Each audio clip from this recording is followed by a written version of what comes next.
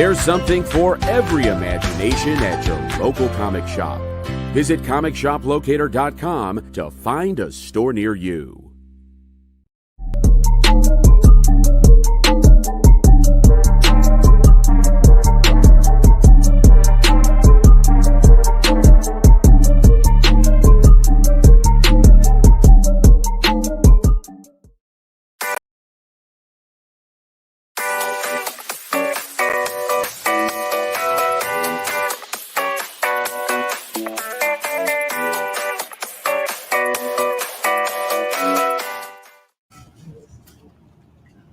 See it on my screen. It's not playing here. You have to tell me when it shows up live. Hello everybody. Weirdly, I could not see on my side our cool little graphics spinning, so I was like, how do I know when it's time? Hi everybody. Oh, and second comment. So everyone got all of their things all lined up. By the way, if we have weird glitches tonight, the Wi-Fi's been just temperamental today. I don't know if it's from our weather.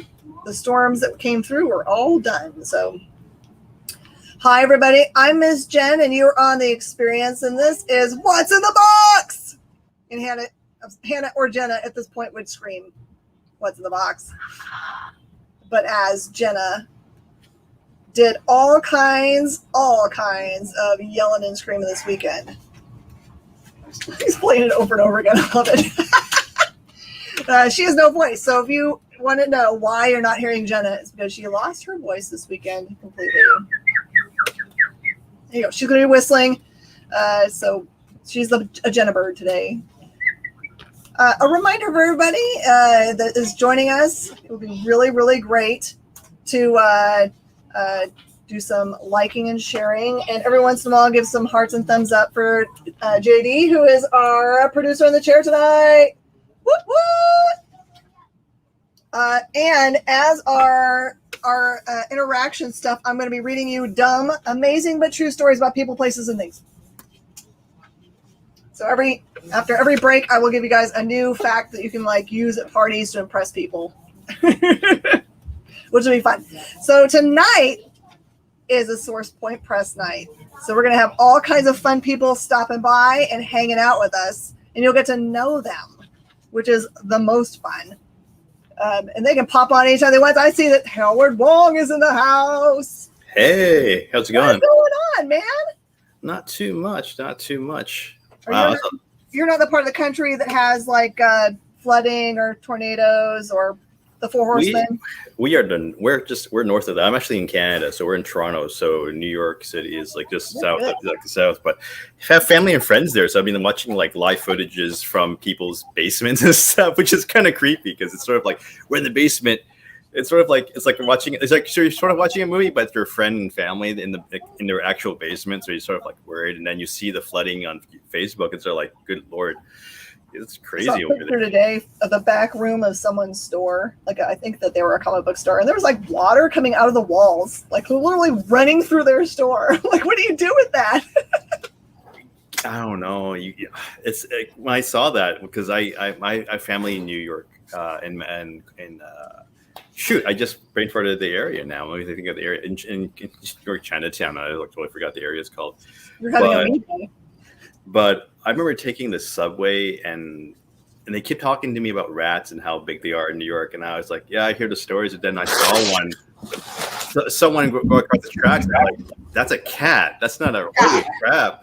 Cat or a small dog, right? Right. So when I saw the flooding in the subway, all I thinking was rats can swim. That's not a good combination. No, I can't even imagine, because they climb to the highest point. So if you're in the water, they might climb onto your head. Well, if you're one swimming there, yeah, you are the rat's flotation device for sure. So crazy. But how you guys? For everybody watching, just know that anybody that pops on, you can ask questions to them. If you're not familiar with what they do, tell everybody what you do at Source Point. I'm a troublemaker, I guess. I'm one of the co-writers and co-creators of Damn Cursed Children, which is fabulously sold over at your neck of the woods, especially. And luckily for everybody, we went to trade. So just recently, I think yesterday, so my time is a little off because it's still the pandemic. Yesterday or the day before, I found out that we were sold out on Amazon and Target. I didn't even know Target sold comic books, to be honest. They sell comics? Yeah, apparently. So they sold out on a horror a horror story. This is why I'm laughing, because I told you I was at Amazon and Target, where the story that revolves around children around the whole planet. Oh, beautiful. I haven't had my copy yet. So there's a fabulous cover by, I should mention the artist and other. So my other co-creators' names are Josh Stratford, who's in Ottawa, and the artist is Robin Samaning, who's from Singapore, who's actually from and in Singapore. So when we found out it was sold out in Amazon and Target, we started laughing like, it's sold at Target. They didn't know the content of this horror story, because it's not like a normal horror story. It's like children becoming monsters and killing everybody everywhere, and adults defending themselves best they could against people trying to eat them. So you put one and one together, and I'm like, but it's a Target. Such light fare. I know, but it's like, it's a Target. This is great. I want kids to buy it. The gift for grandmas. Mm. By the way, can I explode your head now? Yes, go ahead. You ready? Oh my! Oh, that's number one. Nice. It's hard. People have actually messaged me on. Oh, that's great. I still need to get my copies. Oh, you don't have your comps yet? Oh no. No. Well, we waited till the trade came out so that we can all ship it at once. But then we forgot. We didn't, because times were different back then. Oh, it's beautiful. I love seeing that. I love when people have it, the physical copies. It's great. Soy Spring Press, as some of you guys might know, are doing the convention tours. Wherever there's a convention, they are there. So because of that, it's been a little bit delay in shipping our stuff out. Not to mention that they moved to a brand new building. So it's sort of that combination of the perfect storm, but not in the good way for us. So it's sort of like, we have your book somewhere. I'm like, I'm sure you do. But there's no time. It has affected everybody. I don't think even Source Point's the only small press that moved. I know that Scout got through moving all of their stuff to a new big warehouse. I think as weird as it is, the pandemic has slowed some stuff down, but for some small press, it's really like grown their business like crazy. Yeah, I mean, it's amazing. Every time I turn around with Source Point Press, because this is my first book with them, and I met Travis. I'll be after a convention, like during one of the dinners, where I was honestly no offense to him, I was trying to eat because I was really tired. But somebody told me, you got to be Travis. I'm like, right now, because it's like 9-10 o'clock and I need to eat. No, okay. So I met Travis. Honestly, I was that hungry where I didn't care, but I was like, fine, let's see what happens. And I forgot to eat. I actually talked to him for I think a good hour almost before he Travis will do that. Travis is an interesting guy and fun to listen to. Yeah, well, everything he said was good stuff. So you have people who just flap their lips. No offense to those people, and then you're sitting there going, "You could do this after I eat. I'm okay. I'm all good for that." But like, can I eat while we're talking? Yeah, but everything he was saying and the answers he was giving to my questions were like the ones where I'm like, oh, you know what you're doing. Oh, you're serious about this. Oh, you actually have. And a lot of people laugh when I say you have a business plan. Okay, now I'm excited. Exactly. So fast forward, we got a book out with them, and then I found out, either he came with Michigan, all that stuff. And then as we were making the book, Travis would give us, little emails about what's going on. It's like, oh, we're joining with 2 other companies to make a big company, Oxide Media. I'm like, the hell you're saying? So we found exactly. So Deepwater was with them, and N3, the gaming match with them. So Deepwater, if you guys don't know what Deepwater games is, basically just tabletop games. So the last thing they did was Rat Queen, the board game, which I heard was really cool. So, yes, it's Rat Queen, the comic books, as a board game. So in case anyone is just trying to figure that out. So this was all happening as we were making Damn Chris Children. I'm like, wow, this is great. You guys are getting bigger as we do this. This is going to be awesome, right? So by the time right before the trade came out, I sort of joked. I didn't say to the drivers, but I said to some other folks, I'm like, I wonder what's going to happen right before we come, right before we go and solicit. What's going to happen? And sure enough, they signed a deal with Simon Schuster to do their distribution to bookstores. And I was like, are we in that? Because we're like in the middle of pushing it. I was like, yep, like, wow, this is crazy. So we went from we're gonna have a really cool horror comic with a really great publisher that's really hands-on, and they just scaled up as we were with them. So it was one of those weird rides where like we're in bookstores now. Our weird horror book that a lot of publishers were too, and I kid you not, scared to publish, are now in Target and places like that. So I'm sort of flabbergasted when I tell my family like, all right, my book that you thought was really twisted, it's sold at Target and all the bookstores in Canada and the States. Like, really? I'm like, be sure? Like, oh yeah, it's there. I saw on the website. Like, what happens? And then they're always like, because there's a large part of my family, my extended family.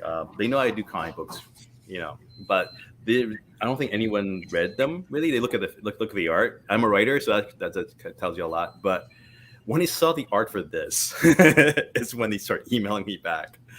And they're like, did you send me the right stuff? Is this your stuff?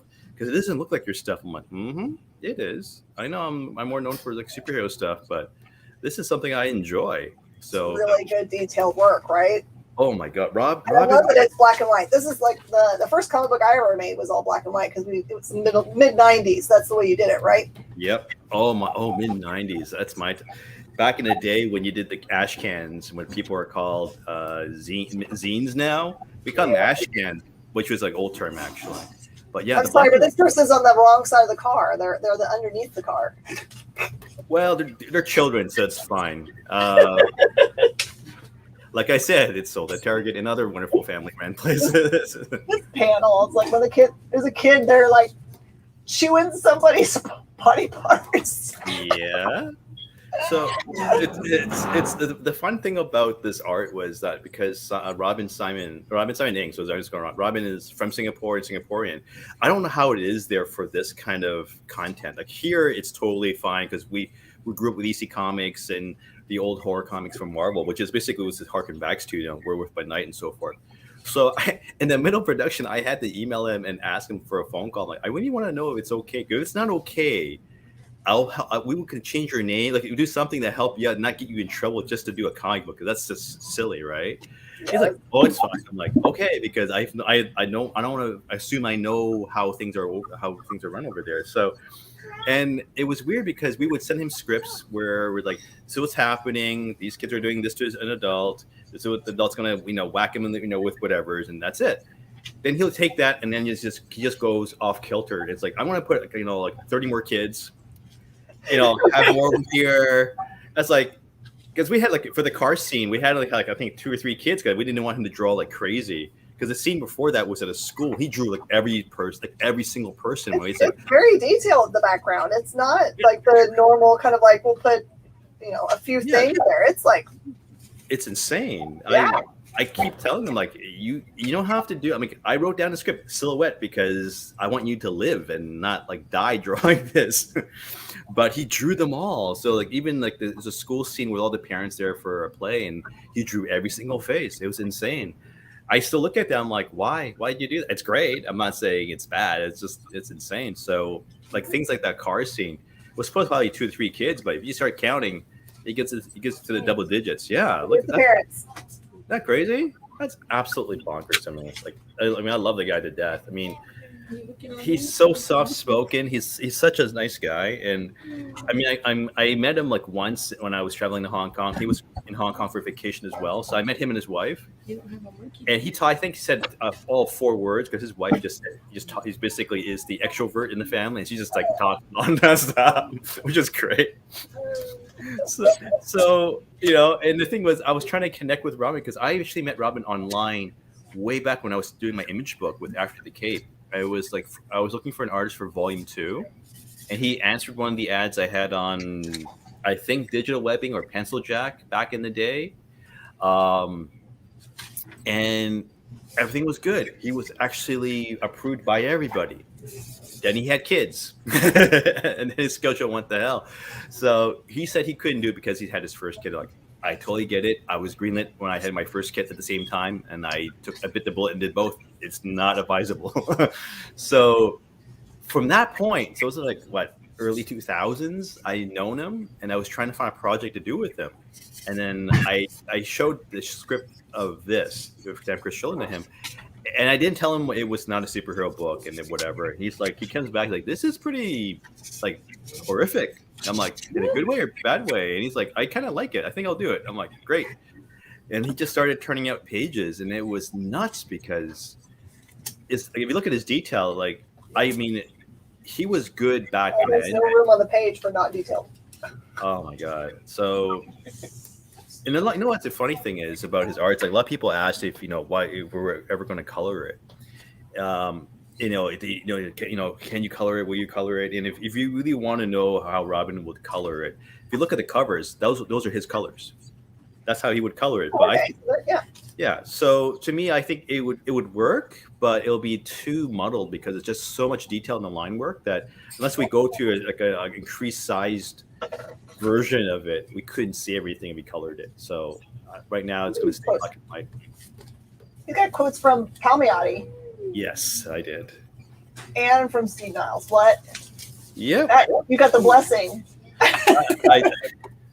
I did. I'm very fortunate to have met Steve at Fan Expo. Actually, he was sitting very close, and I was sharing food and drink with him because he has way more fans than I do. In fact, I could go out and walk around, no one would care. But so it was passing some stuff on, and we talked, and it was we had a lot of things in common. So it was kind of cool. He's like one of the nicest. If you've never met him, he's like the nicest, sweetest guy you will meet in comics.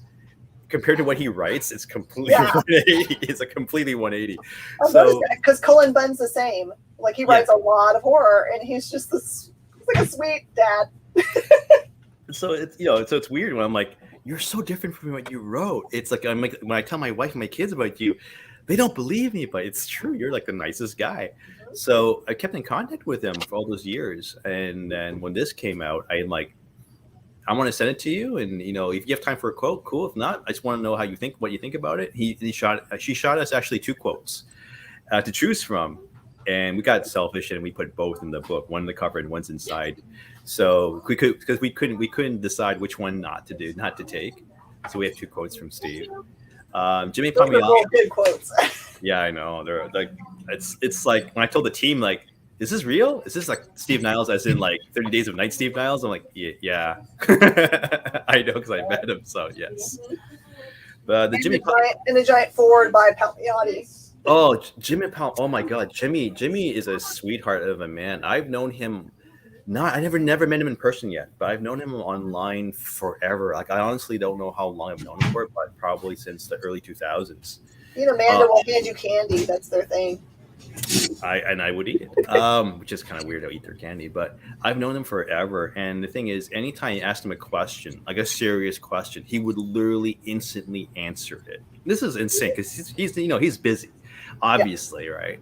So when I asked him politely, would you like to take a look at the crap that I wrote with my friend and stuff? And if you want to give a quote, that's cool. I just want to share it with you and to see what you think.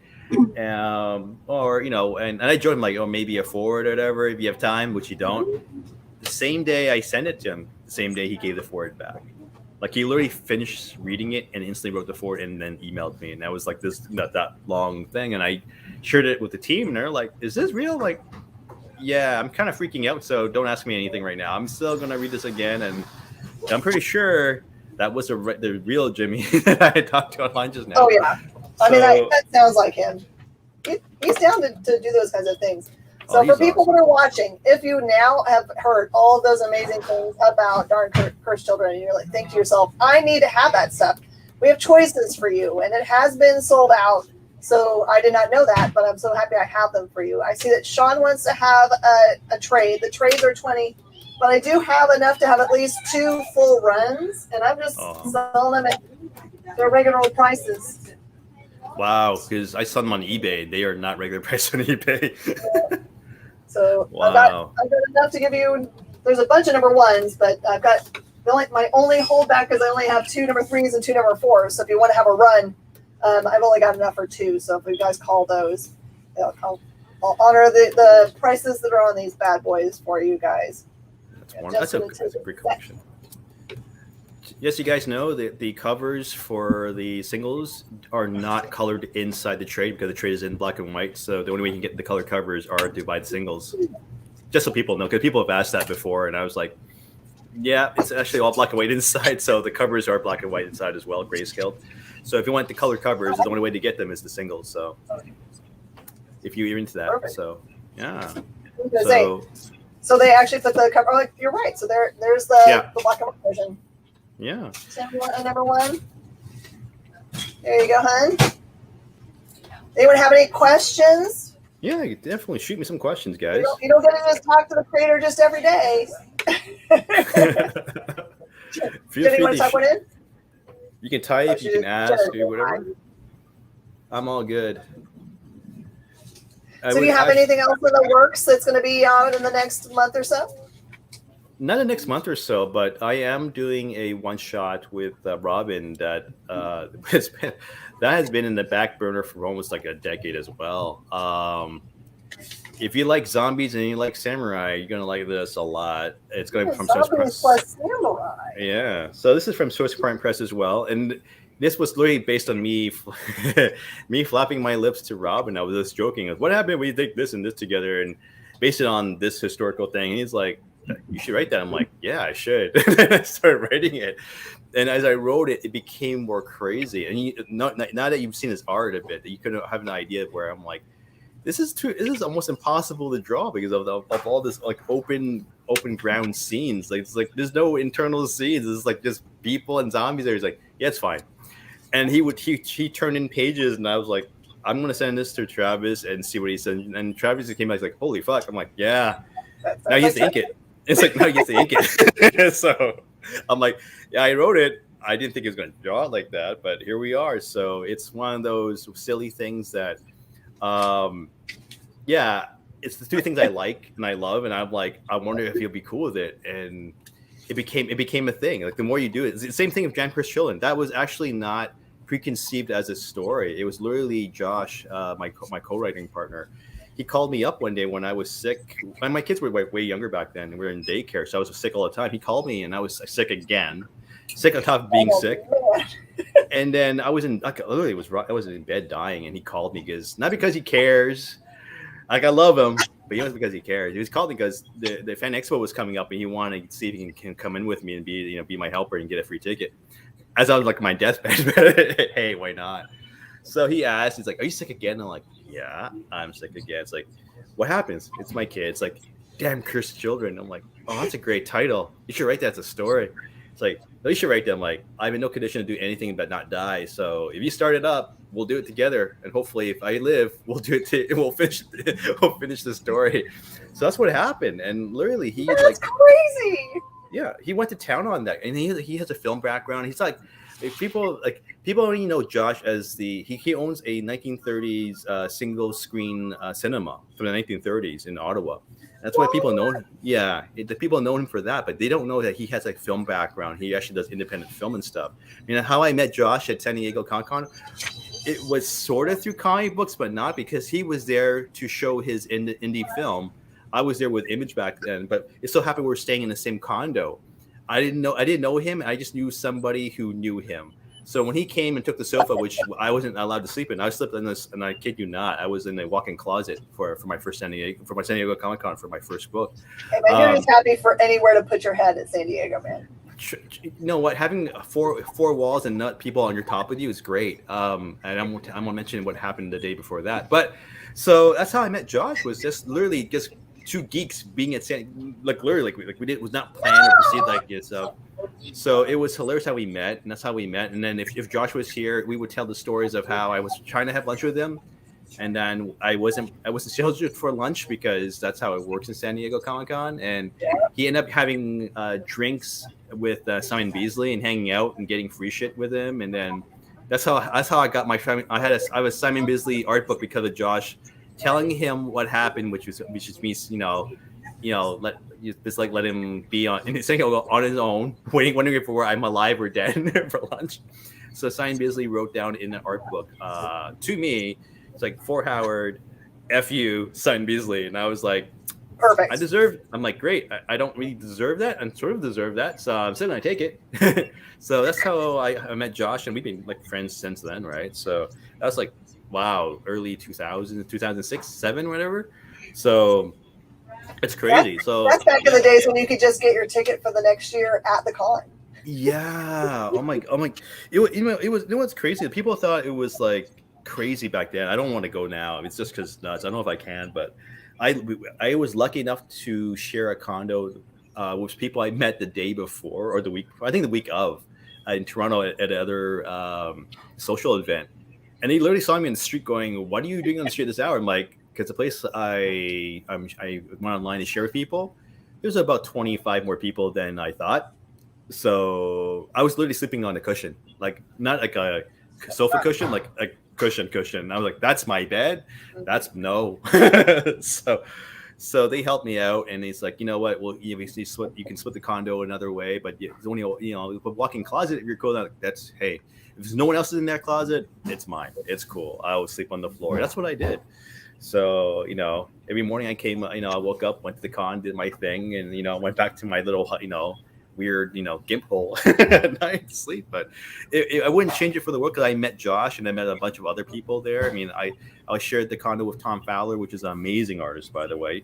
He's also in the Ottawa area, and Attila Artojani, who used to be like he's doing other stuff, but he was like really big with Speakeasy when Speakeasy was around, doing amazing things too. So it was one of those times where you could do that in San Diego Comic-Con, but now you can't, because everything is like pre-booked years in advance and whatnot. So no way you can do that. So the stories that we tell when we do interviews and stuff about our time there, it will never happen again, because you don't have that kind of openness. Like I crashed to parties not because I wanted to, because other people were invited, but I wasn't. And I was like, I'm prepared to hang out with the Hare Krishnas here, sitting at the door.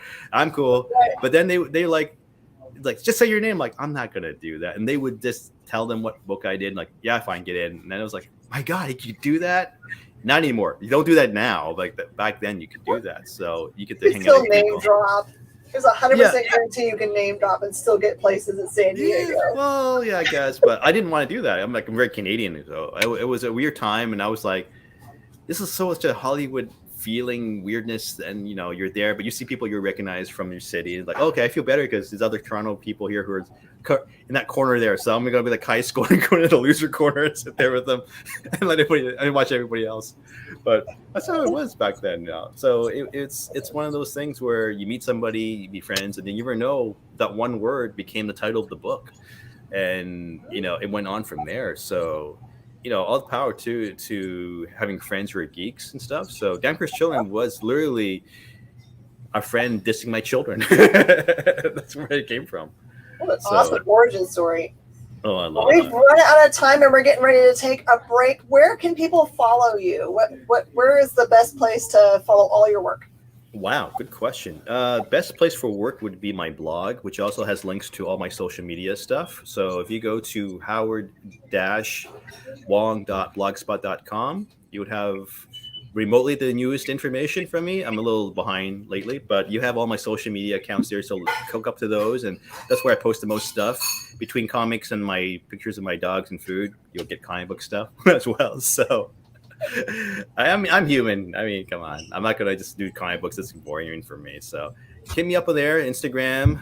Actually, what is my Instagram? Instagram is the Instagram is at the real Howard Wong, and Twitter is Howard Wong and number 1. So those two places are the most active where I am. So if any questions after this, you guys out there, you can definitely ask me there. I'm very, very active on those places. So anyways, buy more books, support your comic book shops, Well, they tried to buy me out while you were talking, so we're down to number 1s and 1, 2, and 5 and trades.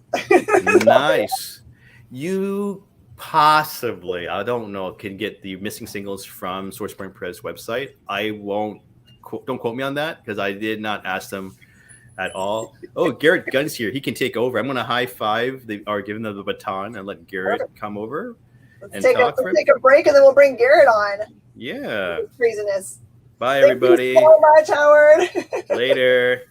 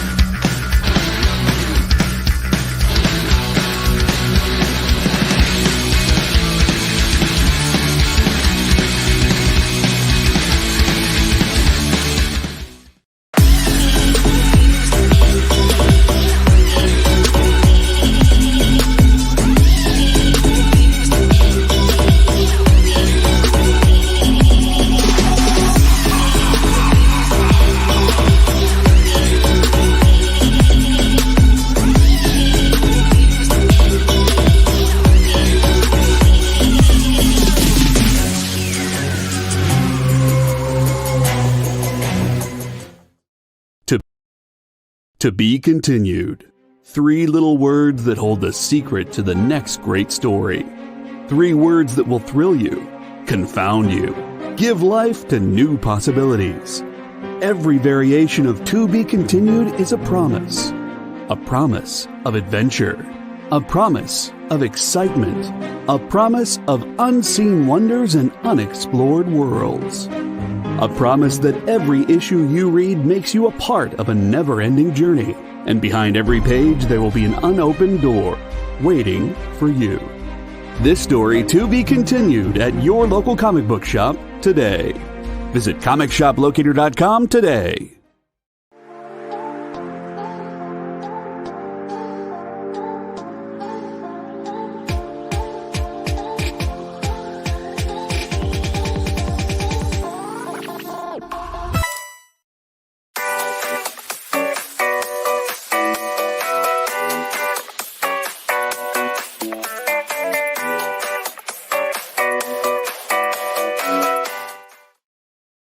Everybody, and Hannah, what is wrong with me today? Words coming out of my mouth. Jenna's behind the scene without a voice, showing me signs of questions she wants to do. Today is our Source Point Press Day with a bunch of crazy, awesome guests just popping in.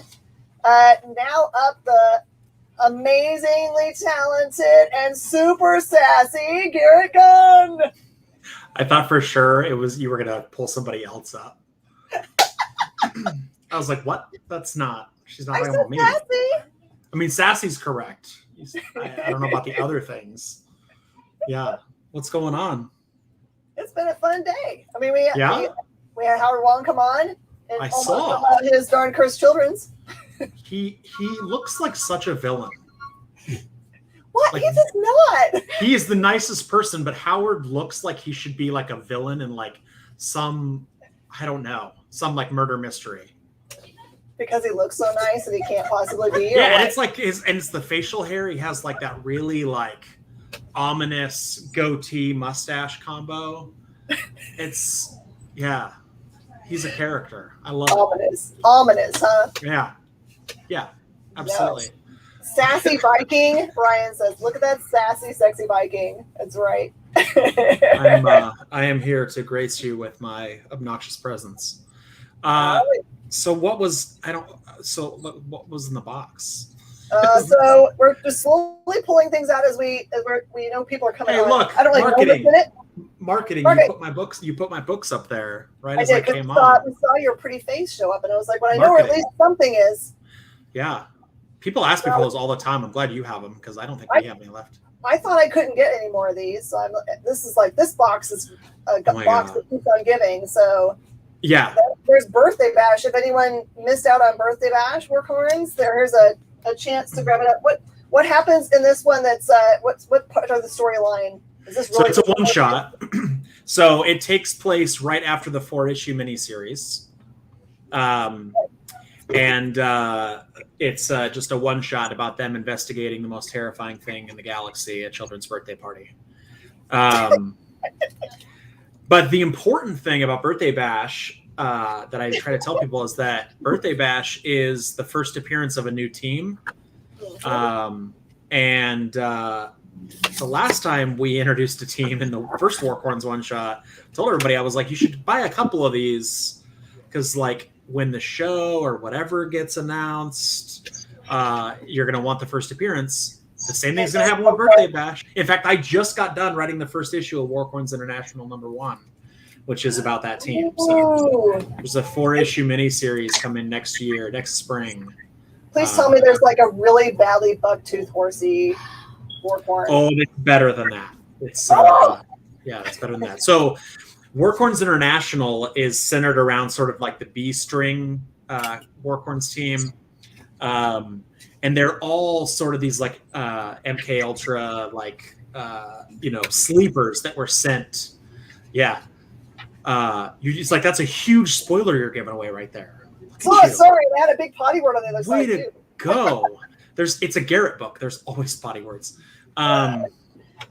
So these guys were like sleepers that were sent to Earth and sort of sent to all over the globe as like hidden away spies for like if they ever needed to be called on. But when they got sent to these places, they were sent with like super antiquated information about where they were going, or like false information. Oh, no. So if you look in the back of the book, you'll see there's like a montage of them all being revealed in the last few pages. One of them gets sent to Japan, and like all she knows about Japan is like about like the Shogun and stuff. So she becomes like a samurai. One of them goes to Russia, and all he knows about is the Cold War. That is Rico Tremblay. He is a Canadian Mountie. It's a flippin' unicorn riding a horse, bro. It's so wrong. It's so stupid. One of them gets sent to Somalia, and like they're like, wow, watch out, there's pirates in Somalia. And he's like, oh, there's pirates in Somalia. Okay, I'll be a pirate. So he's a pirate, not like Somali pirates, like a real pirate. Yeah. That's a good one. That's a yeah, that's Captain Longhorn. Yeah, it's great. I met Garrett. Oh no, this one right here. Yeah, Yemi Ivanov. Brother Yemi. The Soviet, like Cold War era Russian unicorn. Yeah. This is genius. Yeah, it's so stupid. I didn't get to read it the first time around because we sold out of them like in 2 seconds. So. Yeah, I think you got a few of them this time. So, Still no English corn? That's actually not true. In like the first issue of Warcorns International, they're like, oh, we have to get these other guys that like didn't get the page, and it's a Brit and a Scotsman. The Scotsman, all he got sent to Earth with was the movie Braveheart. So that's all he knows about Earth is Braveheart. And he talks in like crazy Scotch Gaelic, like nobody can understand him, with the exception of the Brit. I don't know if you guys are big fans of Hot Fuzz. I'm a huge fan of Hot Fuzz. I love in Hot Fuzz when like Filch is trying to like talk about like things and has to go through like 3 different people to understand what they're saying. So that's like what the Scotsman's like. Coloring book, yes, there is a coloring book. And it is actually a New York Comic-Con exclusive. It is a magazine. I will be there. It is a magazine-sized coloring book, featuring the art from the original one-shot, a cover gallery, pin-up gallery. It's like 48 pages or something. It's crazy. Oh, that's perfect. Ryan, you're in luck. I have a DFN3 signed, graded signature series. Message me, and I will get back to you after the show. She does have those things. I'm not lying to you. Jenna is gasping. And Brainy says that I am like forming some kind of blockade between me and him getting to meet you, which is patently ridiculous. I mean, Brainy, I'm here. You can reach out to me through Facebook or wherever. All right, do you guys want to see something really, really rare? Here, I got two really rare things. You got two really rare things? Oh, God, what is it? You know this one. Well, yeah, probably. Oh, yeah, I love that book so much. Oh, that's the original, the very first Warcorns one-shot. Yep. Oh, These are 25. You can go look and see what that looks like online. Those are expensive. Yeah. Yep. But it will give you access to the team the first time. Yep. First appearance of Warcorns Alpha Team. And Franklin and Ghost #1. That is when SourcePoint first picked up Franklin and Ghost. It had been at another publisher that we shall not name that didn't do anything with it. So when SourcePoint picked it up, they did this printing, and it was only available at conventions.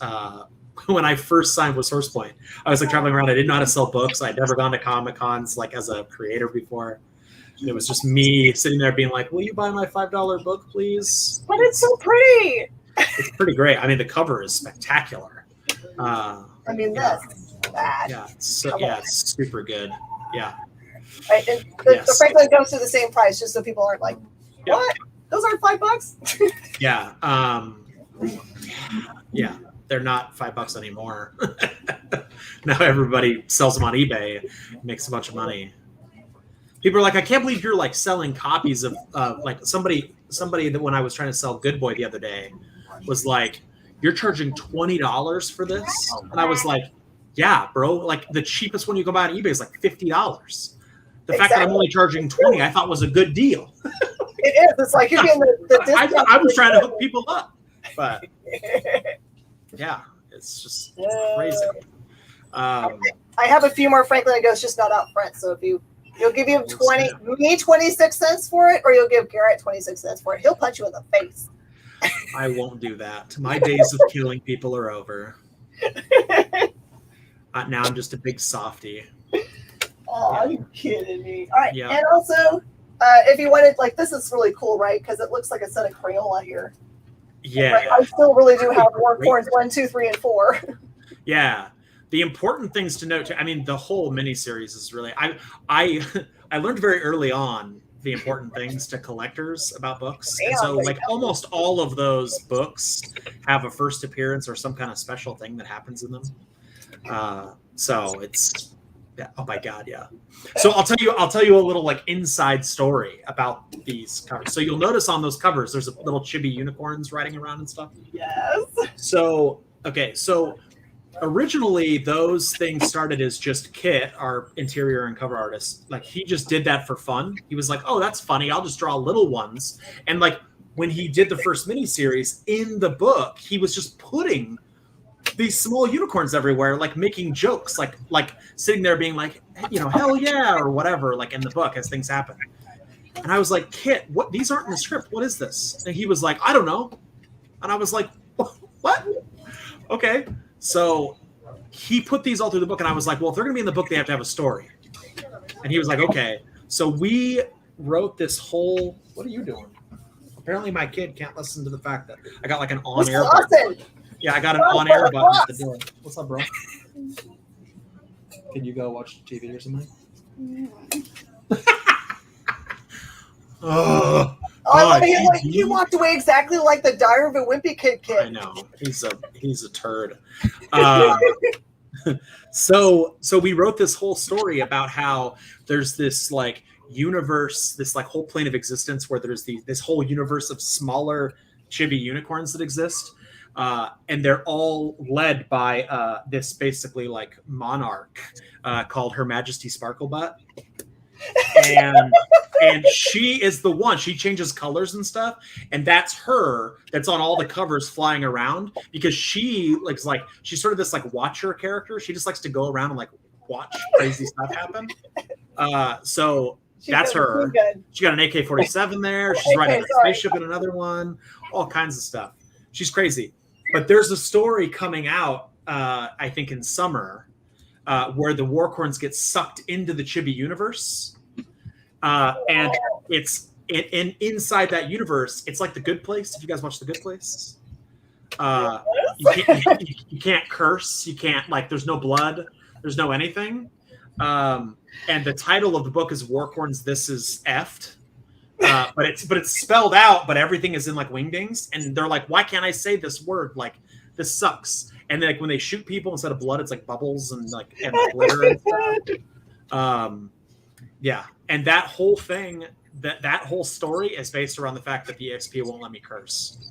You know what's funny is if you got together with Scotty and did a crossover and I left Fairyland. I've tried to get him for a cover so many times. Nobody can do it. Like, nobody can get him to do a cover for Marvel's got him on the lockdown. And yeah, like, why? And why would you draw a book for anybody if they're like, oh, we need a Riot cover. We're going to pay you $1,000. Okay, cool. Do whatever. I'm convinced he just has a stash of drawings that, like, he just has done. And like, when Marvel comes along, is like, we need a Spider-Man cover. He's like, dope, $1,000 check, $1,000. Like, he's just already did them all. I'm like, what? It's crazy to me.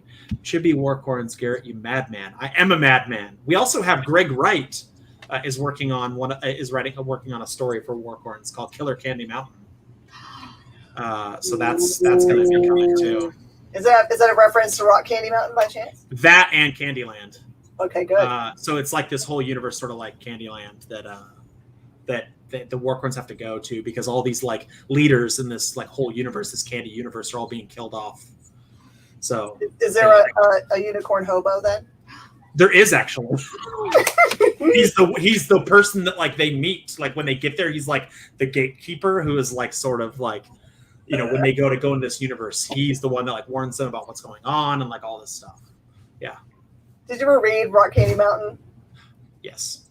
That's one of my favorite things of all time, especially the stuff in the back that actually told you about like the hobo rules. Yeah. I mean, I'm sure Greg came to me and was like, I have this idea. And I was like, sure, whatever you want to do. He was like, really? And I was like, I don't care, dude. Yeah. It's Warcorns meets Wreck-It Ralph. Yeah, basically. Mm-hmm. Yeah. Yep. Yeah. Where unicorns are looking for Candy Mountain. Yes, there is. It's Charlie. Charlie. I can't remember the title of it, though. It was Charlie something, I think. Did you guys see what I got in the mail today? No. What did you get in the mail today? I guess I didn't see emails today or posts today because I would have freaked out if it was something I wanted. Oh, poopy shoot. It's probably the one thing I didn't get in my giant box of whatnot. So what's funny is I just made this randomly because I was like, so we were at Astronomicon, okay? And this chick that had a booth across from us was selling skateboard decks that had like these two pieces of art on them that she had done where it was like Jason and then there was a Freddy one. And she was selling these skateboard decks for like $100. And at the end of the show, one day I was like, hey, do those do well for you at shows? She was like, yeah, I sell about 100 a show. I was like, 100 skateboards at $100? What? She was like, yeah. I was like, cool. Go on my phone. I'm like, how do you order wholesale custom skateboards? And I was like, so I ordered it from this company. I was like, hey, I'm just going to do one. And I'm going to see what it looks like. See, like, because I didn't know how well the art would like match up and like how the printing would be. So I ordered one, and it came out so good. Oh, I got all fuzzy. It came out so good, and everybody in the chat there was like, pre-order. I don't know. Take my money. I want one right now. So we're gonna do a line of them. We're gonna do a line of Good Boy ones and a line of Warcorns ones. Yeah. I mean, because I'm just thinking, even if you don't want to make it as a deck, you just put it on your wall, right? That's what I do with them. Like, I have ones like I just love. I mean, I skated when I was a kid, but like I get them and put them up around my in my office and stuff. And I've got like Dragon Ball ones and different stuff. But are you gonna put trucks on it, or are you just gonna leave it I'm gonna leave it like this. But I just used all my cool words up. I don't know anymore. Well, the cool thing is like I was like, oh well. Even if you didn't know the comics, like what is like punk kids will be like, cool, it's a dog with guns, it's unicorns with guns, like that's punk rock. Like who cares? So I'm like, that's probably the safest bet. Yeah, I'm like, that's probably the safest bet to just like make something like that. I'm gonna literally make some and go to my local skate park and just like hand them out to people and be like, here you go. Here, you want this? They'll be like, you giving them the first hit for free, Garrett? A what? You giving them the first hit for free? Yeah, exactly. You're gonna pull them in And that that's how way. you get them hooked. Yeah. They come back, they're like, you guys got any more of those skateboards?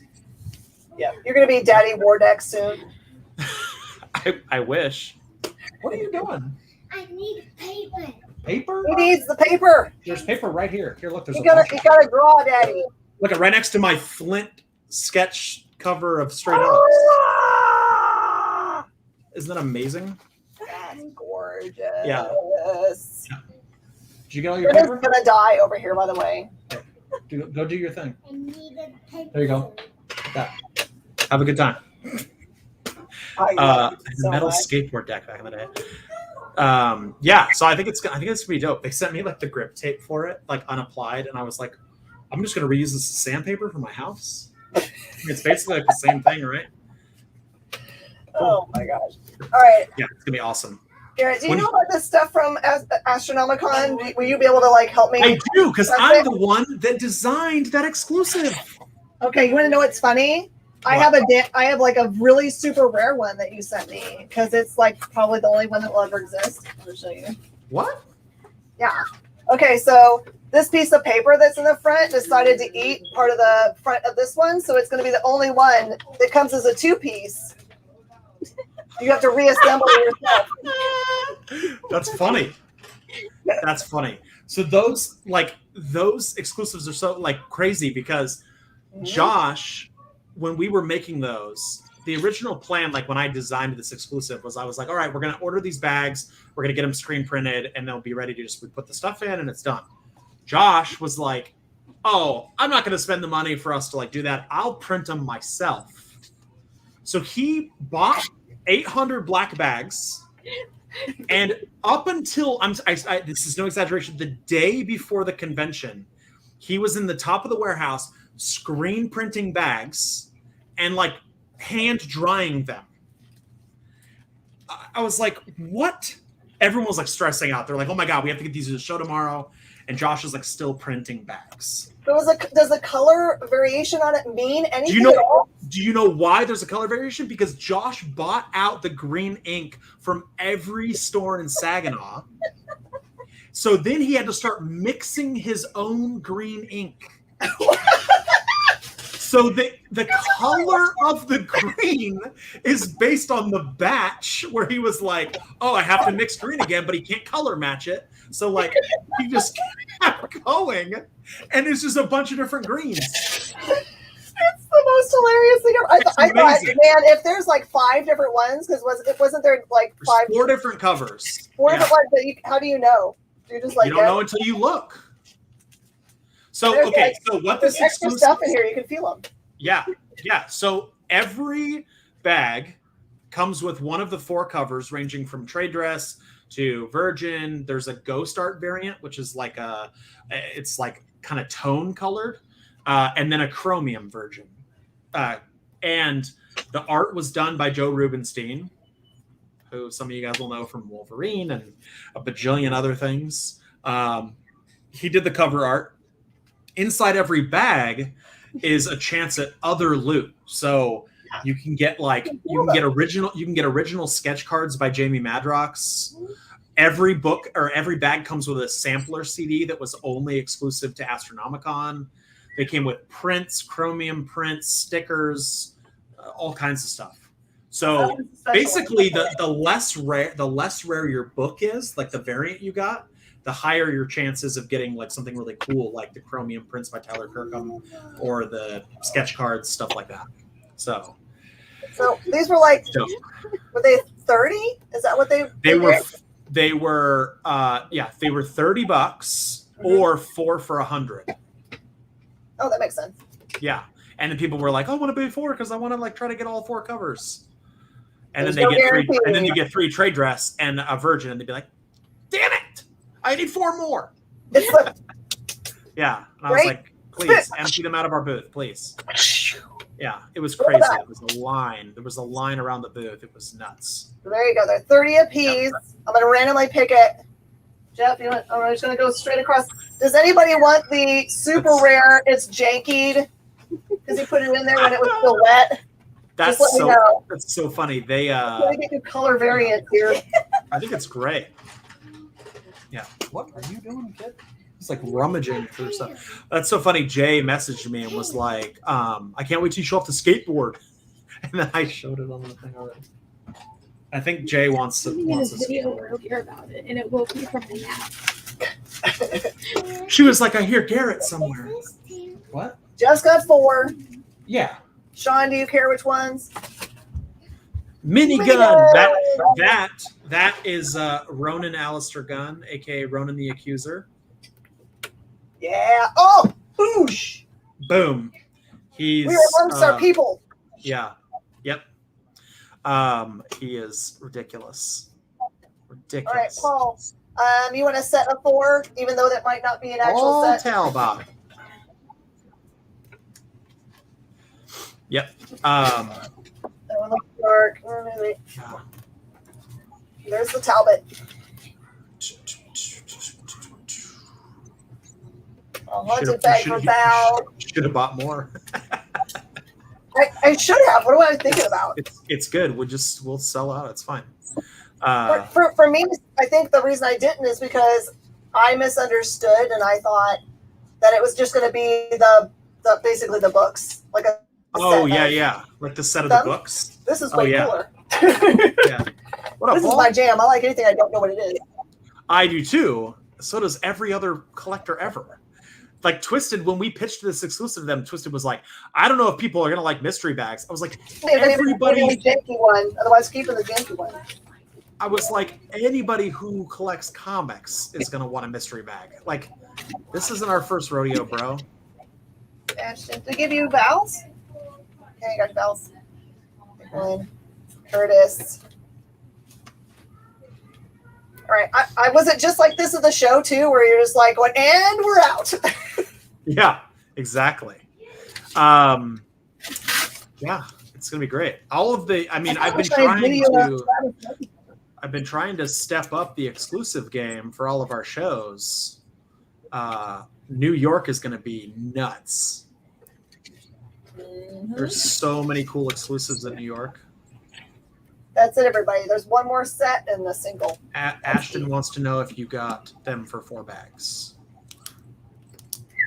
I got you for 4 bags, Ashton. You're good. So yeah, Jen, you're going to be at New York. I'm going to claim this one for me in the name of me because it's janky and I love it. Are you going to open it? Yep. Oh my God. What I get? You're going to pull like the only Chrome watch. Good job, good job. That's the Ghost Art variant. So that's like the second. There was only 100 of those. Yeah. Yep. Here, And you got a trading card. You got a trading card and the CD, I think. I want to play the CD. I don't know if you know this, but somebody sent me a copy of the stuff, the place where they put them as they're working on them, and the copies they send to press. And I have that. I wonder who that was. I don't know. I use it in Dropbox for. I put it in my car and I just play. Yeah. I've actually kind of like. I think that sampler I think is Rose Petal. I think. I didn't know you were a big Juggalo Jen. I am. I love it. It's so funny. I don't know what I was thinking that I was going to listen to. I think in my brain I thought I was going to listen to something that was like so heavy metal you couldn't understand any of the words, and I don't like that music. What I thought was heavy rap, and that's my jam. And they're like making this shift like creatively to like being a rock band and like incorporating yeah, it's cool. I like all their new stuff is great. That's the one. I'm super happy. What? Yeah.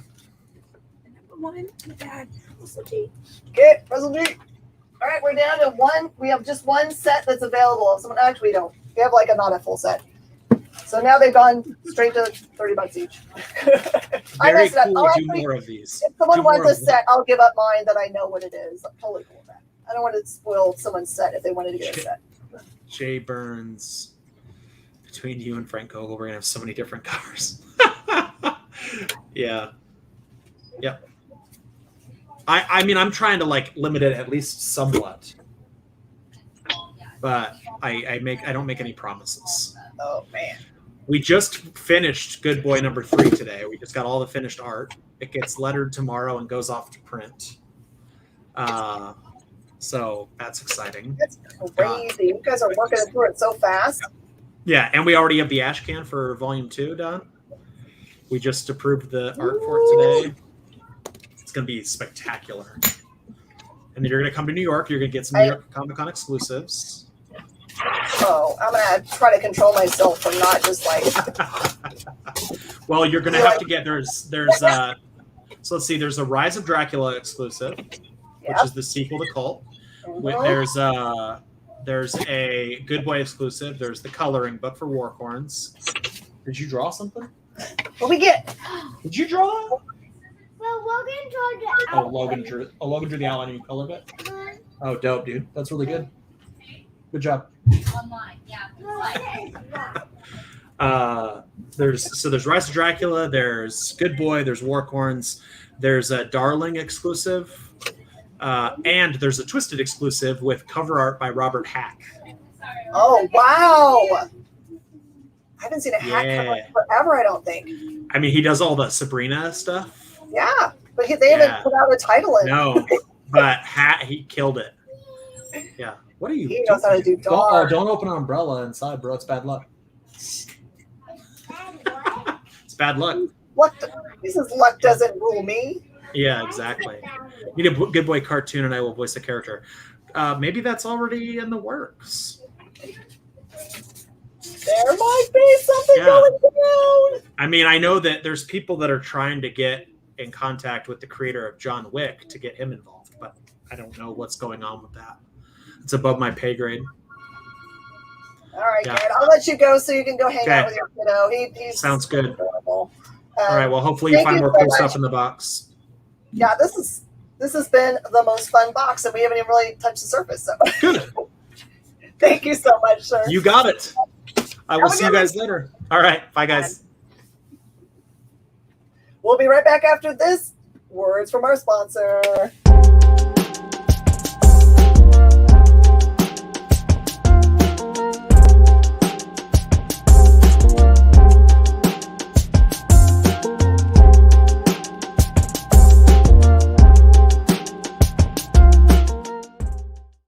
Today's comics market is ripe with new titles by creators who are determined to get their books into your hands. My name is Henri Compen.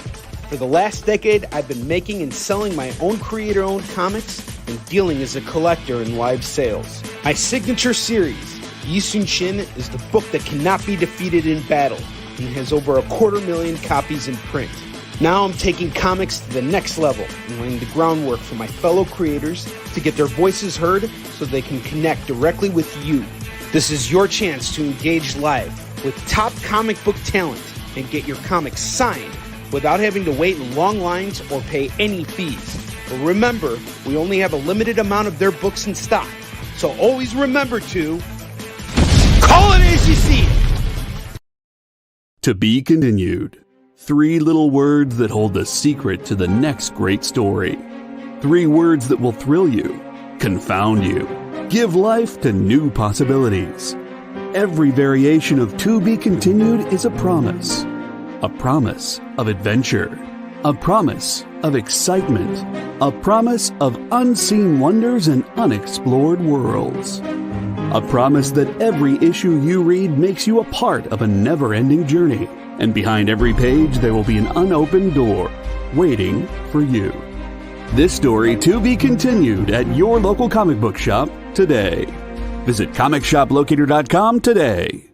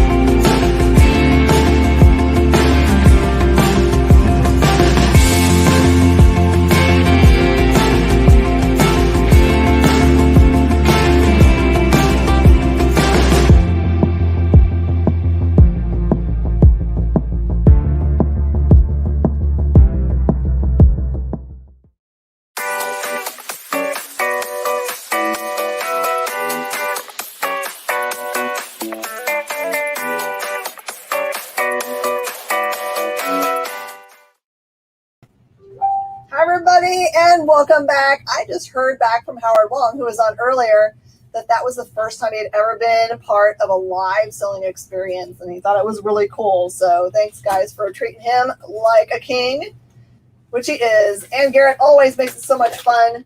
I'm always sad when we get to the end of our time with him. Okay, so we're going to try to make it through the rest of this awesome box. This is all new stuff from Source Point, and we have another guest pop on. We'll, of course, bring them on for you guys. We've actually had this before because we get it directly from them as part of their subscription ashcan service. But if you miss out on the Winchester Mystery House ashcan, these are 5. You want the stack? Who wants the box? Oh, you want the box? You just want the box? Sure. When we empty it out, we'll totally get that to you. All right. And next in this awesome box of boxiness, and we have ashcans. We have bags and boards behind that she's putting them into, so you guys don't have to worry about them. They're gonna come to you beautifully. Those runes number 2.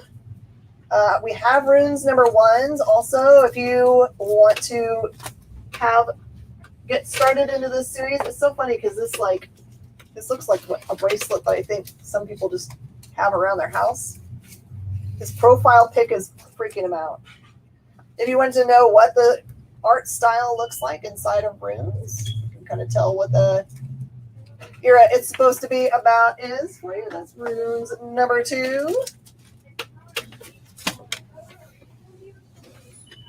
I'm going to save this one because she might show up at 7 for a couple of minutes, she said. So I'm going to wait. All right. I'm pretty certain we have people that are on this one. So I'm going to put this one aside. All right, here we go. Your profile pic? Maybe. All right, this is A Touching Evil, number 16. This storyline's been going on for a good long time. It's really great. Deals with the ability to touch people and kill them. The person who has it is not the normal person you think would have it. Monster face in the hoodie. Is it scary? Oh man, I want to read this one.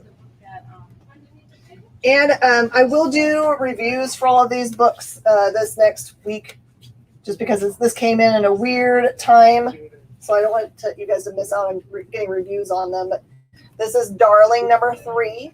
And also for any of these books that I'm showing you 3s or 4s or whatever, we do have largely all of the ones to fill in for you. So if you're like, that sounds interesting, I would be interested in that. I'm going to show you what the art style is. And this is definitely a not for kids storyline. Okay. Oh, I forgot to pull this out. I only pull these out every once in a while because I'm kind of holding on to them, just in case of a twisted sighting. This is the very first one shot of Haunted Highlands. I've got these for $25. If anyone wants to grab them up and put them away, I will just tell you now it's a good idea. Put these over here with my other twisteds.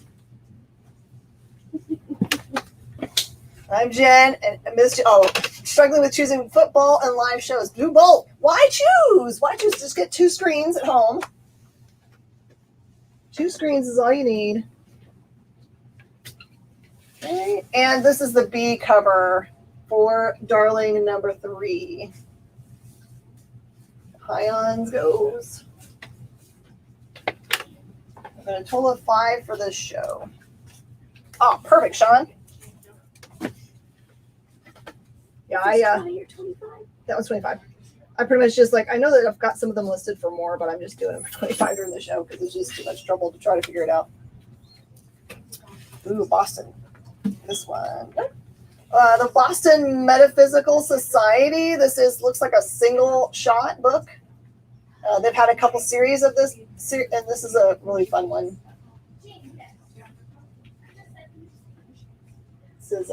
This is a Caitlin O'Sullivan story, that one. All right, you guys ready for a crazy number 1? Here's a number one. Here's a number one. Suicide Jockeys. Brand new. And of course, I didn't get to read it because they're just coming out of the box right now. But if you want to, you could be reviewing it also, I suppose. They're both on football. Let me see if I can figure this out. I'm just going to guess from looking at it. Unless it has a synopsis in the front, and that would be really cool. The Boston one shot goes to Sean. There you go, Sean. I'll get you a thing. Okay, let's see. Well, it describes, it says, a suicide jockey is a noun. A poor, usually inebriated, almost certainly mentally ill sucker who fights monsters.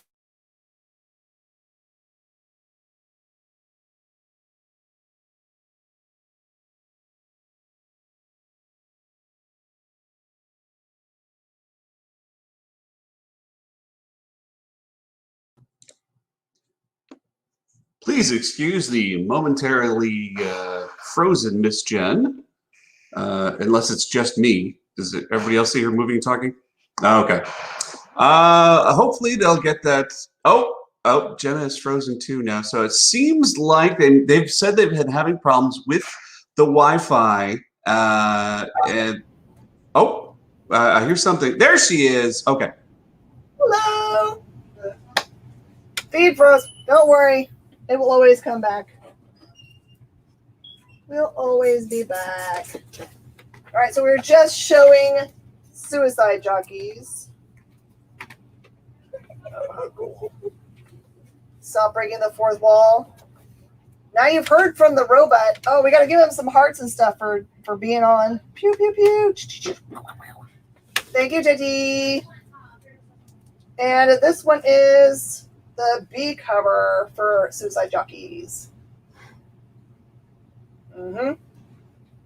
This one says, Denver Wallace. He's the baddest jockey in the business. His nights are filled with fast action, big monsters, and beautiful women. It's a dirty job, but someone's got to do it. This one looks like it's a movie poster homage for Suicide Jockeys. Ooh.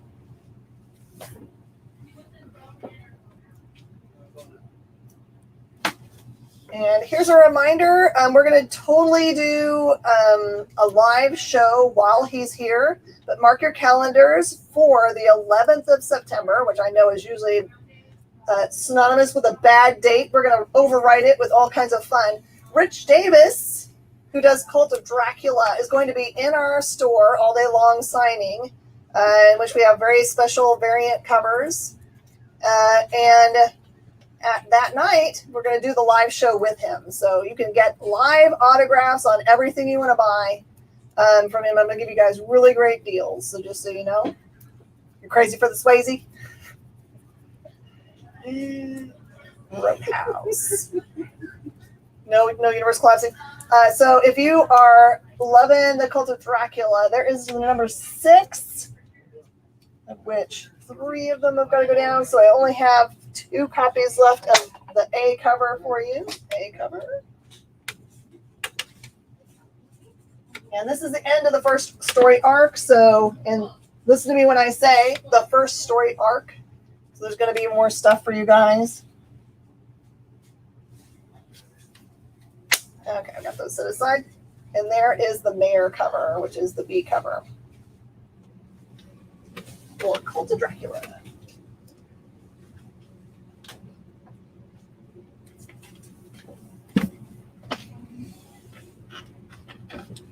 More Swayze. So funny, that image makes him look like Bruce. It looks like Bruce Willis. Okay, here is, looks like an original graphic novel. This is by, if I had known this, I would have shown it while he was still on. That's Garrett Gunn. It says, all Arthur Slade wants in this world is to be left alone, to live a peaceful life with his family in the country. But peace is an impossible dream when you live on the most dangerous piece of land in the United States.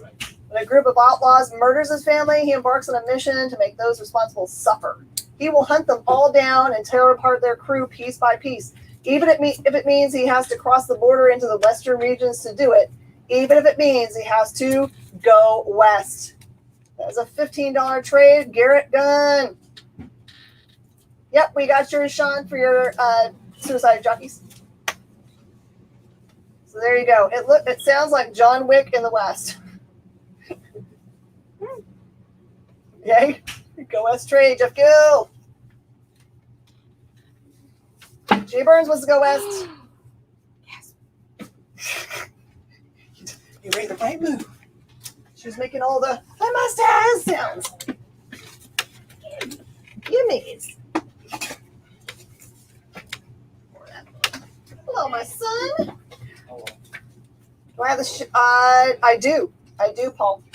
If you need one of each, I definitely have them. They're not sitting in front of me right now, but I do have them. Here is another awesome trade paperback. This is the Era of Great Wonders. This one is Myers and Myers. Began in a single night without warning, giant monsters from beyond imagination appeared, turning great cities into their personal battlefield. But amongst the ruins of the survivors, the survivors struggle to build new lives. Soldiers, bandits, and normal people just trying to make it to the next day. Amongst it all, 3 children discover a chance to become heroes and change the history of their world forever. This one is a $20 trade. I'll show you what the art style looks like.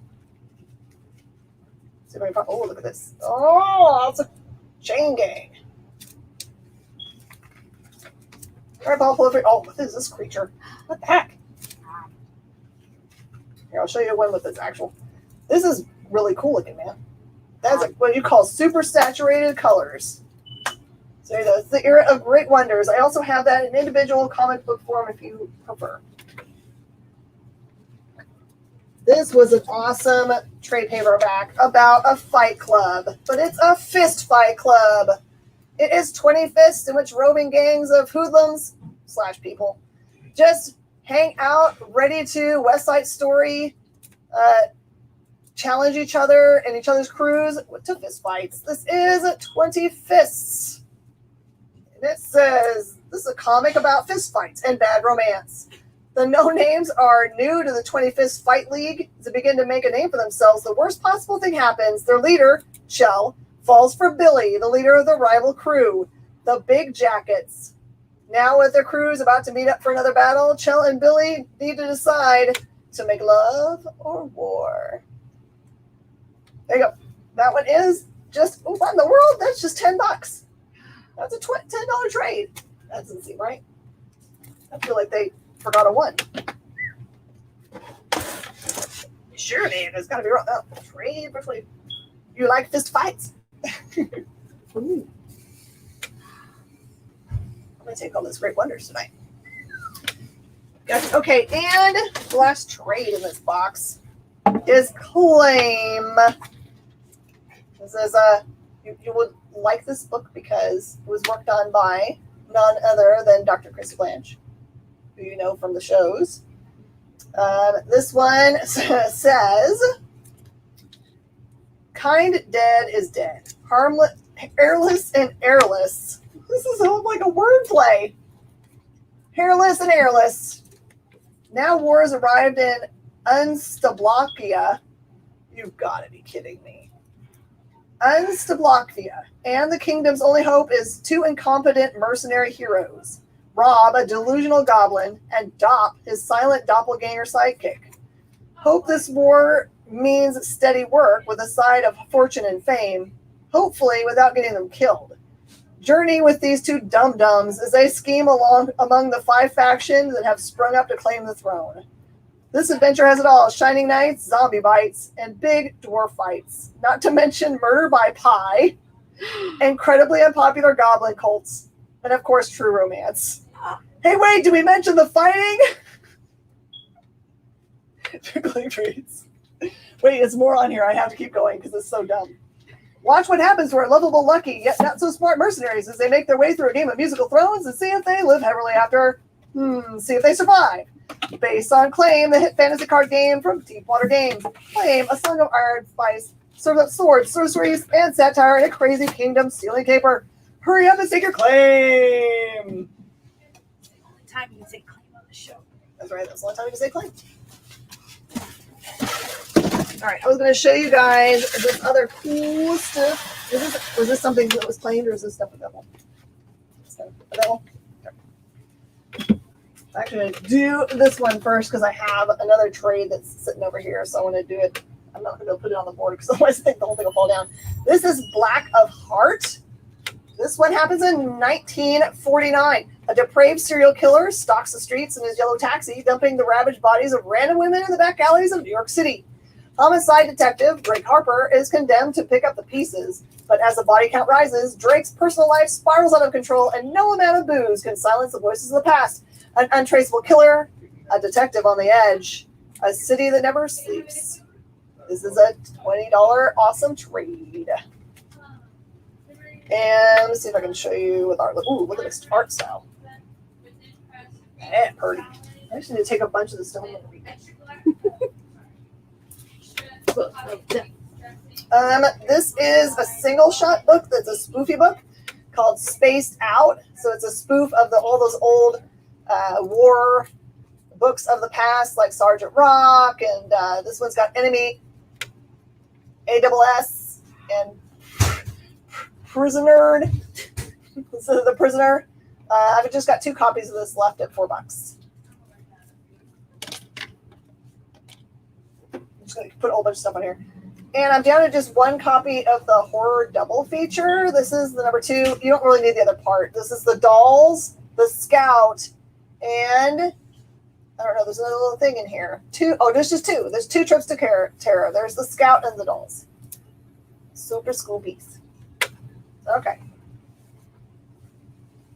Now, I'm just going to show you what we have so far of the Cult of Dracula. These are the Comic Book Shopping Network variants that I worked really hard on.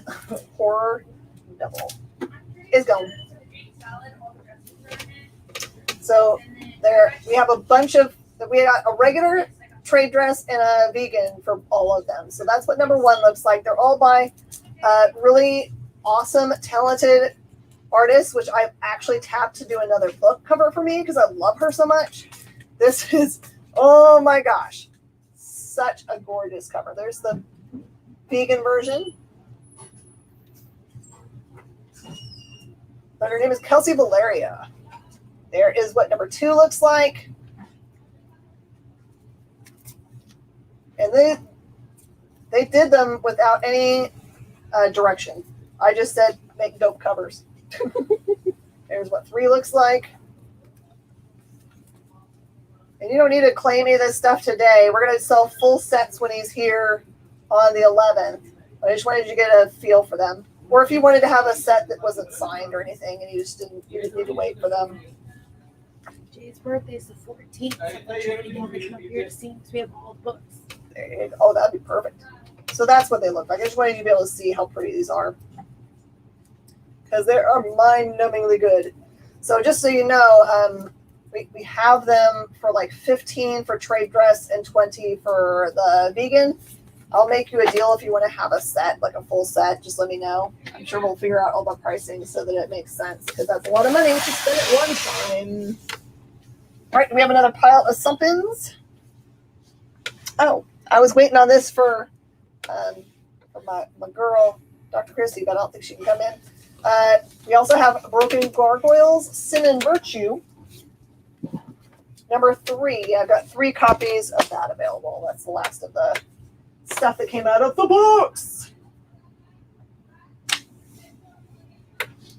Cool. Oh, I was going to read you guys something. I promised you I'd read you something since we weren't playing a game today because we had so many people that were coming in. By the way, this is called Amazing But True, Stories About People, Places, and Things by Dawn Storer. This is from like forever and a half ago. So here you go. You're learning something. Put on your thinking caps. The origin of stocks. Everyone's talking about stocks today, but the subject isn't new. In 11th century England, people were plagued by the dishonesty of moneylenders who frequently overstated the amounts they had loaned. To overcome this abuse, King William the Conqueror started a system known as the tally, a word that comes from the Latin and means stick. This tally system was simple and completely foolproof. Every time money changed hands, the lines were drawn across the face of a wooden stick, indicating the amount of the loan. Then the stick was split down the middle, with the creditor retaining one half and the debtor getting the other. In this way, the debtor had what amounted to an exact carbon copy. The tally system continued in use until 1543, at which time all the sticks in England were called in and stored in the cellar of the House of Commons. More than a century later, the government decided to destroy these sticks by burning them. Unfortunately, the sticks, now dry as tinder, exploded in the furnace and burned down the House of Commons as well. But the stick still lives on in our financial life because it is from this word, stick, that we get our present day word for stock, meaning security. And now you're smarter. I love these kinds of things. I live for those kind of things. All right, we're going to take our break just a tiny bit early, as long as that's okay with JD, so we can reset and get you guys another cool half an hour of buying, and we'll be right back.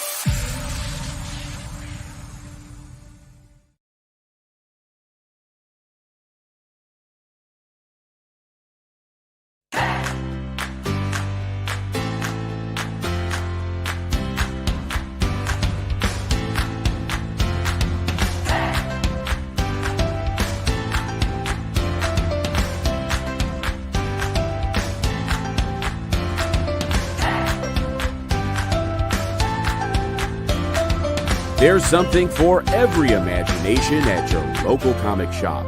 Visit ComicShopLocator.com to find a store near you.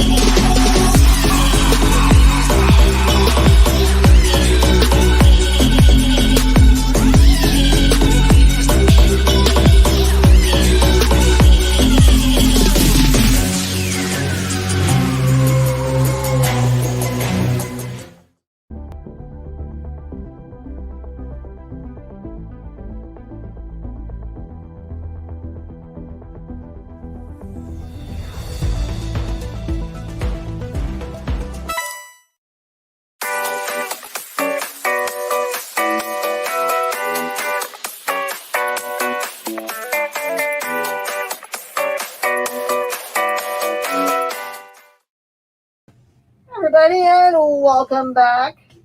I love the new stuff that's going on, new ads. We're putting a bunch more on all the time. So if you have any ideas for any of those little silly black and white ridiculousnesses that we put up, you can totally send them to us. We'd love to have them. And you might see them on air. That would be cool. By the way, coming up next, after our last half an hour, you're going to see Dan Wickline. He's going to wax poetic about all things Doctor Strange. The new What If episode? That's right. The new What If. I heard that it is dark. Yeah. So just know that it's super spoily. But if you've never watched the Dan Wickline show, I would tell you should do it because one, he has a very soothing voice. And if you've had a crap day, it'll make you feel better inside. And two, he's super smart. And he knows all the stuff. So He'll tell you what all the Easter eggs are, all the back history of every character, why it's important to the Marvel Universe, all those things. All those things. Credit. Yep, just write them. Write them. We'll give you credit. Just say, made by. I'm fine with putting that up there. We can't give any compensation because we don't have anything, but we do this out of the love of our hearts. They gave you a reading assignment. Love it. Ruth on it. All right. So I got the whole series here of this really cool idea. I just love things that feel of an era. This definitely feels like that. So this one is an awesome series by Anthony Rella called Seis Cuerdas, which translates to 6 strings because he carries a guitar. For fans of Desperado, this one is only a 3-issue miniseries, so you can get all 3 and be done for like $12. So there's your Seis Cuerdas. I just like saying it because I get to act like I know how to pronounce language, but I don't. To look for the trades. Yep. Perfect. So that is Seis Cuerdas. I have you a cool one-shot that you might have missed. This is called Roaring Twenties. It is a story of the World's Fair and the dinosaurs that attack it. It's kind of a crazy little storyline by Sobek. Just one and you're done. If you love the dinosaurs, grab it. Okay. Here's another single shot for Boston Metaphysical Society. This one's called The Scourge of the Mechanical Men. If you haven't figured it out yet, they're very steampunky. But also, if you like tales that are kind of like Sherlock Holmes and Watson, things like that. Cover those up because I don't know where else to put stuff. There's another cool one-shot. This one is Gloomhaven, Golden Lion. It's supposed to be a companion to the game, but it doesn't feel like a game-driven book. This one's actually good enough to stand on its own and enjoy. Gloomhaven. For my people that love, I'll get you the Scourge, Jeff. For people that love classic pulp tales, I've got the thing for you. Here you go, Miss Gina. This one is from Josh Werner, publisher extraordinaire, presents classic pulp. This is Ghosts. This is a single shot. Classic pulp Ghosts. Okay, and this one I should have. Oh, I don't. This is the first time I don't have everything. Just in case you are missing parts, I'm going to try to get you the rest of this stuff. I should be able to hunt them down. This is a series called Hollow. I only have number 3s and number 4s of this right now. Apologize. I try to have, at least for them, I try to have everything. Some of these, I started getting everything from them after the series had started. And this is one of those instances where I have Apocalypse Girl, but I have only 4, 5, and 6. So if you were hunting down the pieces, I got you.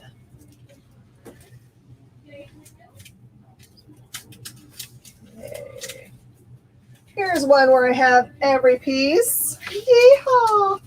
This one is, I think, the 3rd book in a series called Monstrous. This is the series called Heartbreak and Blood Loss. Making too much noise. It's a papering. Stop it, son. And so this one is a 3-part series that deals with a girl and a ghost pirate. She is set to man the lighthouse, and this ghost pirate shows up. She is suffering. I think she lost her husband, so it's kind of interesting. How much of the box did you miss? All of the box. You missed the whole box. But I still have all the stuff from the box, except for a few things.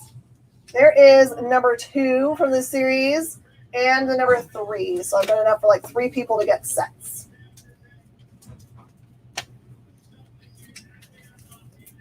Hey, Paul, if you come in, we have your other piles in the back. I don't know. There's no hurry on them. I just didn't know if you remember they were back in the back part. There's so much stuff for you to read. Good readings. Ugh. You need more? You want more? Another set for Jeff. All right, Jeff likes monstrous. I'm kind of befuddled right now because we were supposed to get a whole bunch of runs. Like we had a pallet that went missing last year from Source Point. So I wonder who has all those books. Yeah, just the two, Paul. I stopped sending you messages for them because I just know that it wasn't the right time. So we're good. They're back there. All right, and this was a really cute series. I saw someone that had a variant for this today, and I was like, these are so precious. This is a series called Yuki versus Panda, and it's adorbs. So there is Yuki versus Panda number 1. There's the number 2. And a number 3. Paul, did you go to Astronomicon? Kind of seems like your jam, but I bet you were working hard instead.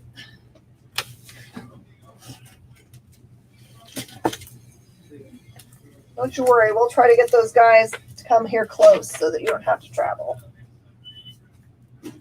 Pandas are your spirit animal? Really? Oh, all right. We got runes number 2 in our box today. There's the runes number 1 in case you needed it. Ooh.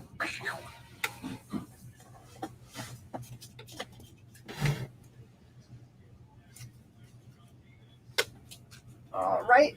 This is a trade paperback. The 8th Immortal.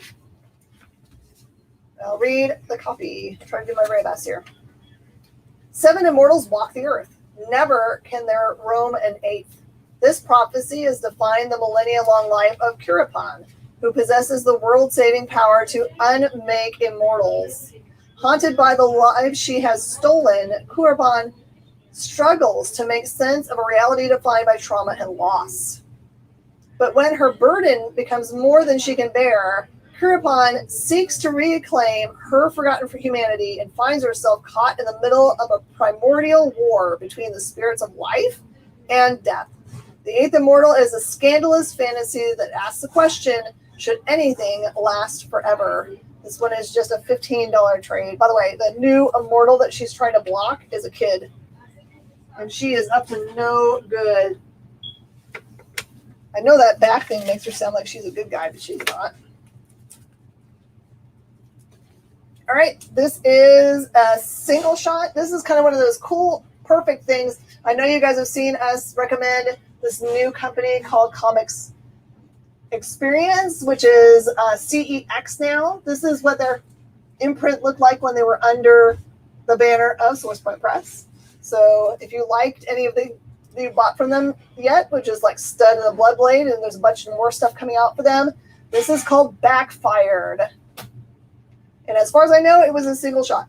Says, soon to be a major motion picture, no. Soon to be a major independent film, no. Soon to be abandoned in the back issue bins. Funny fun. Backfired.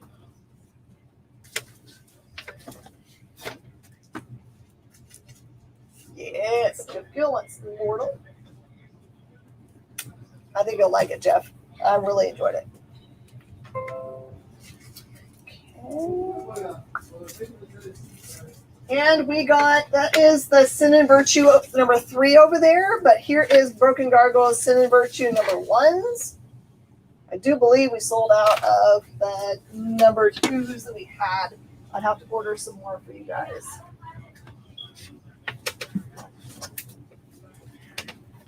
Who's this looking from?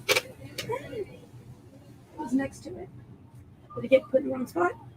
Yeah, that's weird. That belongs over at Red 5. I don't know how that's over here. Oh, I brought you. We're out of stuff. I brought you everything. Oh, you brought me everything, so now we got other things we're looking at. Now I'm just picking up other stuff. There's 20. We didn't get any of that stuff over there. That was stuff that you already showed. I grabbed you a couple of the like number 1s and number 2s, and we didn't sell. I didn't get either. 25th. I didn't get the trade. Yeah, but I want individual books because a lot of people want individual stuff. I know what you're saying. Yes, we have seen those, but let's do it because people were asking about a set of Cult of Dracula. So we can pull that for them.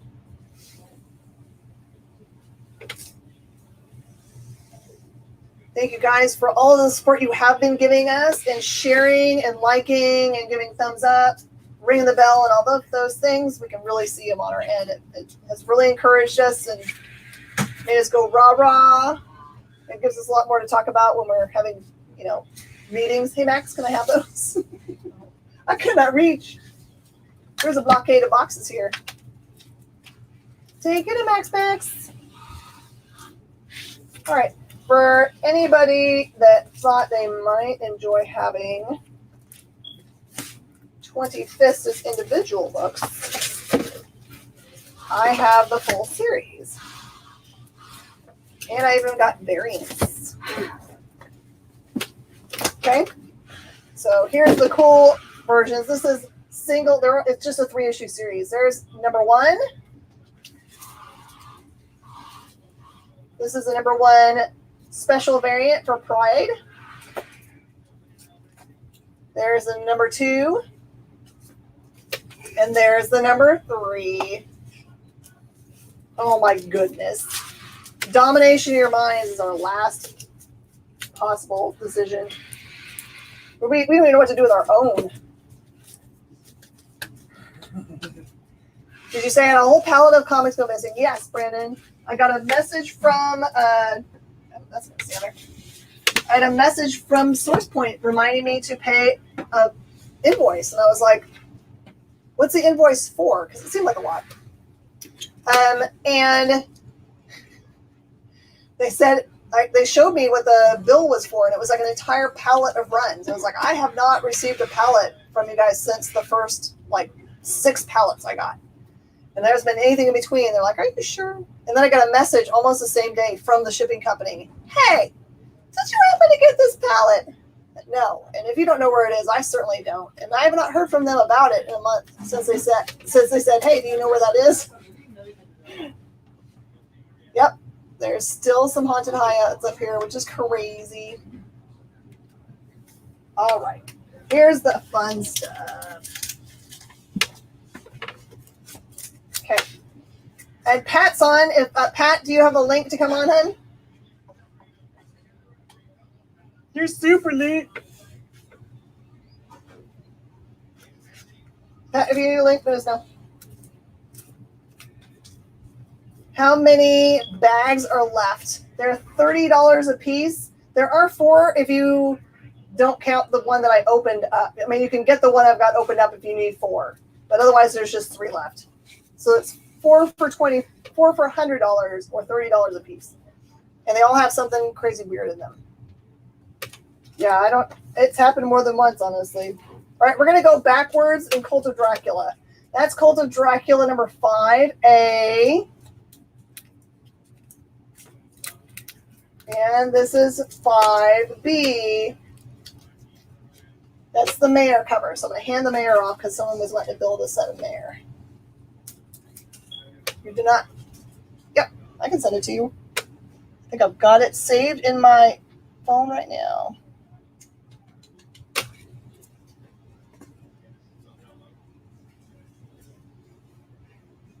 Oh, it didn't save, but I don't know how to do it. JD can get it to you. He's a magical. All right, that's what the number 4 mayor looks like. Cool Egyptian.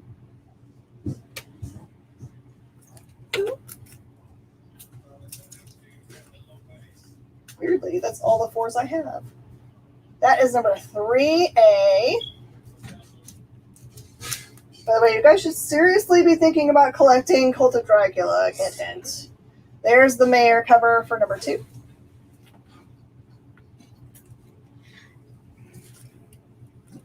Oh, somehow I've got variants out on the floor. Let's take those and put them in the place where they make sense. There's number 2 mayor.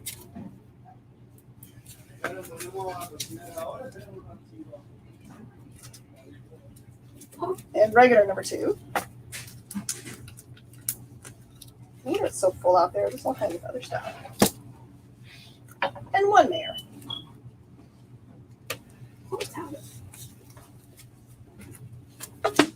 there's number 1, regular.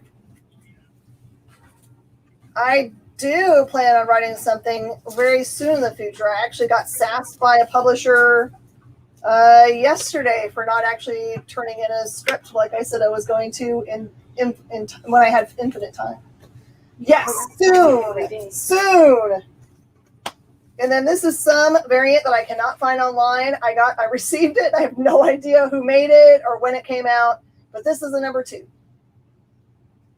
My guess is it's a very rare one since I have no idea where it's from. Oh, and even the rarest thing of all, for $10, you can have the Cult of Dracula number 1 that was printed from Second Sight, which is before it made it over. Pat, what is going on? Hello. Tell us all about what's going on in your life. Oh my goodness. I'm getting ready for New York Comic Con. That's what I'm waiting for. Oh, man. But from a book standpoint, we just wrapped Getting the Game that came out in April, which was a big anthology piece. Great success with that. So super happy about that with a video game theme. So I think we're going to go back and we're going to do another one of those. Yeah? I think we're going to do it again. 10, probably another 10 stories, 8-page stories. They fit well. It just makes a nice, clean book. You like going straight to trade then? Yeah, it's a nice. I like it because it brings in more creators and it creates a really interesting dynamic. Because I haven't been able to bring myself and smack myself to get my full books done. So like I have like 3 half scripts that are sitting there. But like I can whip out an 8-page script real quick. So I'm like, okay, now I can do one of these, and now 9 other people can help carry the water on this too. Which seems like, oh, that's so easy, but yeah, trying to wrangle 20 to 25 comic book creators. Have you tried herding cats before? So does each section get individually edited before it comes together, or is it just like it comes together and one person does all the edit? Some people use their own editors because they have comfort level with their editor on their stories. I still do a final edit over all the stories myself as well, because my name's on the top of the thing as the editor of the book. So, but yeah, each story gets, most of them just come to me and I do it for them. But we do have a couple that were like, Drina Joe helped me a lot with this too, with the first one. And she edited a story in there that I knew was beyond my capabilities to make and get to a point that it was really well done. And so I'm eternally grateful to her. So she's amazing. I have never met a single person who didn't think she was like walking on water all the time. Pretty much. Well, she has to walk on water because if she goes below, she's going to drown because, super short. Yeah, she's super tall. I understand that for sure. Hey, Jenna, it's on the wall up high, and it looks like a video game. I sent Jenna out there to find it, and she's like, I always forget that not everyone has. So I've got like this weird, I call it a random access memory, in which I know where it was. So I can tell you where anything in the store is as long as no one else moved it. So to me, it's super simple. And everyone else is like, I have no idea how you know where stuff is. It's your own filing system. If anybody else tries to file for you, it would ruin the whole system. It's true. It's true. I've had that happen before. And this is what happens. Maybe you've had this happen in your house. Maybe you have the same kind of memory, the way it works. Tiptoe. I will have somebody at the store say, hey, I'm looking for X, item X. And I'll tell them where it is. And they're like, nope, it's not there. I'm like, okay, well, I'm going to come in and find it. And I'll just walk around the store over and over again, but always end up right where I thought it was supposed to be. That's not helpful. My brain still takes me to that spot no matter what. Here's Get in the Game. Was it a good example? Did I say it looked like a video game? And it surely is. Wonderful art by Ryan Lee on that cover. He did an absolutely spectacular job. He's done Mountainhead and some Exo Man of War. Ryan's wildly underrated. I love him. He's a good friend and was very kind to do that cover for me. But but yeah, it's a ton of different stories. It's all sorts of different stuff. There's sad stories, there's happy stories, there's goofy stories. It was really surprising to see the people like Seth the Moose. Seth the Moose. But it was crazy to see what a simple prompt what came forth from everybody's brains. Kaylin Smith is in there as well. I was gonna see. I thought Kaylin was in here. Kaylin's the last story. Was the last one? Yep. Oh, yeah, we ended the book and it's really interesting because Kaylin worked with Rob on that story, and Rob wrote a really dark story, and it's just really crazy to think Kaylin doing dark stuff, but it worked so perfectly. It's so much. It was so much fun. Like I said, it's as crazy as it is, as insane as it is to do things like this and wrangle.